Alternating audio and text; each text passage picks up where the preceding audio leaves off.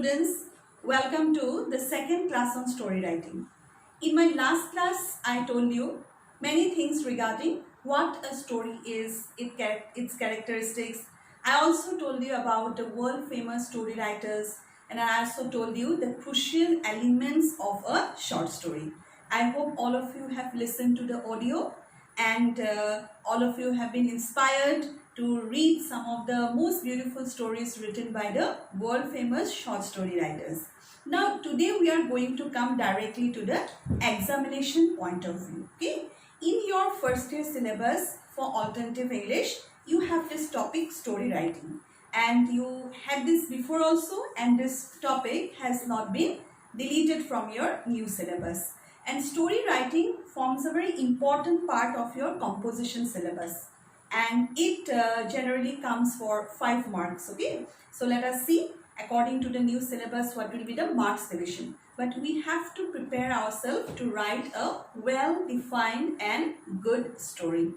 Now see students, when you get to write a story in your examination, you are going to get a outline. Okay, the hints will be given, an outline will be given, and you have to develop that outline to form your own story. So the plot of the story will be more or less same for everyone. The ending will also be same, but what you are going to add in between, that will differ from person to person, and there lies your creativity.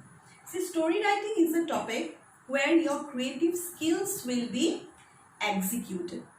For that, you should have to have a good hold over the English language. You should have a fertile imagination so that you can jot everything together, conceive a beautiful idea inside your mind, and then you pen down your thoughts. Now see, there are certain important things that you have to mark in order to get a good final product, that is a good story. Now let us see what are the things that you have to keep in mind in order to write a good story which will fetch you good marks also. First, simple language. When you write a story, the language of the story should be simple, easily understood by everyone. It's not that if you use a very sophisticated language, you make use of bombastic words, that your story will be very standard. It's not like that.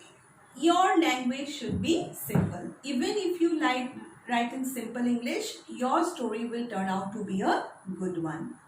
Next, correct spellings. So language simple, but the spelling should be correct. See students, if you make spelling mistakes, what will happen? The meanings of the words may change.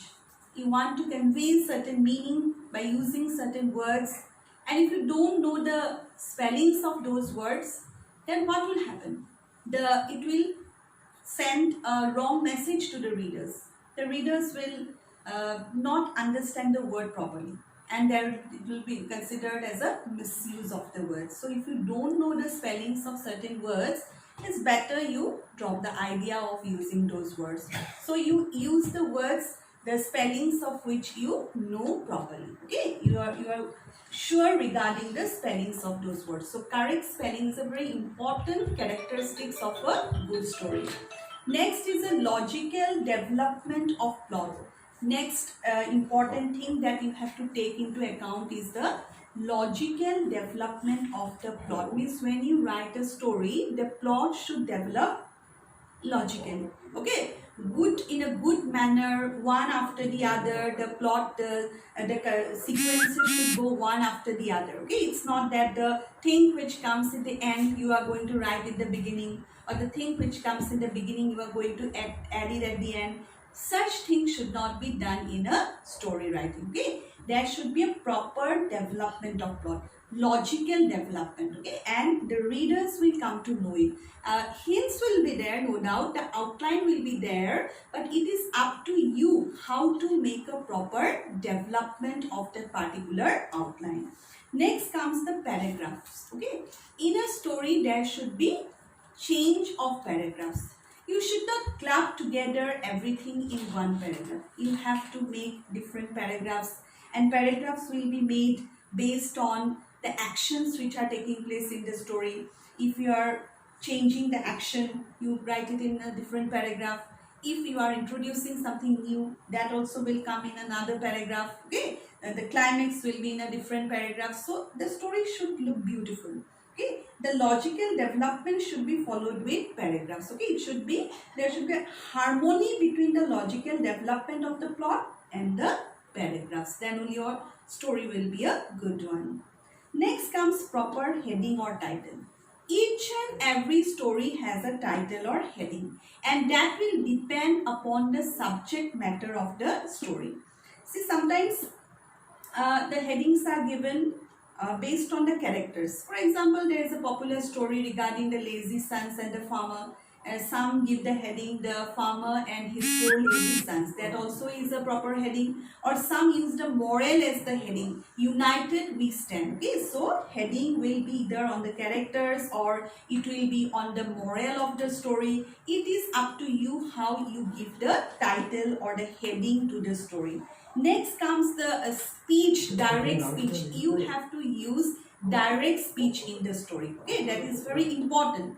Using of direct speech is very important in the story because that will make your story a standard one. Okay, there should be conversation among the characters. See, even if the story is based on animals, you can make the animals talk also. In the fables, what happens? The animals talk. So your story should have conversation, it should have direct speech, and that will make your story very good. Okay, that is a must. Next comes well-defined characters. The characters in your story should be well-defined. For example, if you have a man called Mohan, who is Mohan? He is a farmer. If you have a girl called Shobha, who is Shobha? She is a housewife or she is a teacher. These things should properly highlighted. Okay, the characters should be properly established in your stories. And lastly, we come to the proper ending.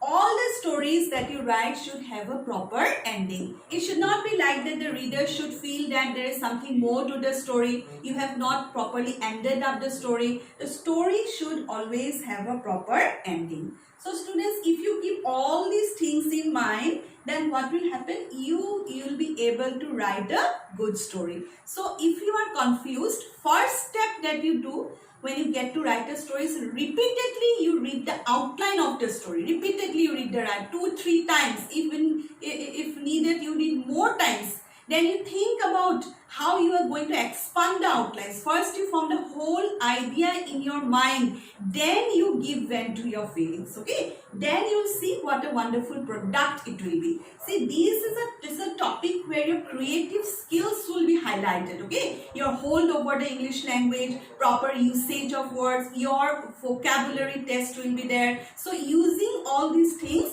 you try to write a beautiful story. See, we can only teach you, we can only highlight the important points, but the more you practice, then only you will be able to write better stories. So now the most important thing is the practice that you do. Okay, you try, we will give you outlines and you try to elaborate them and you make beautiful stories. Thank you, students.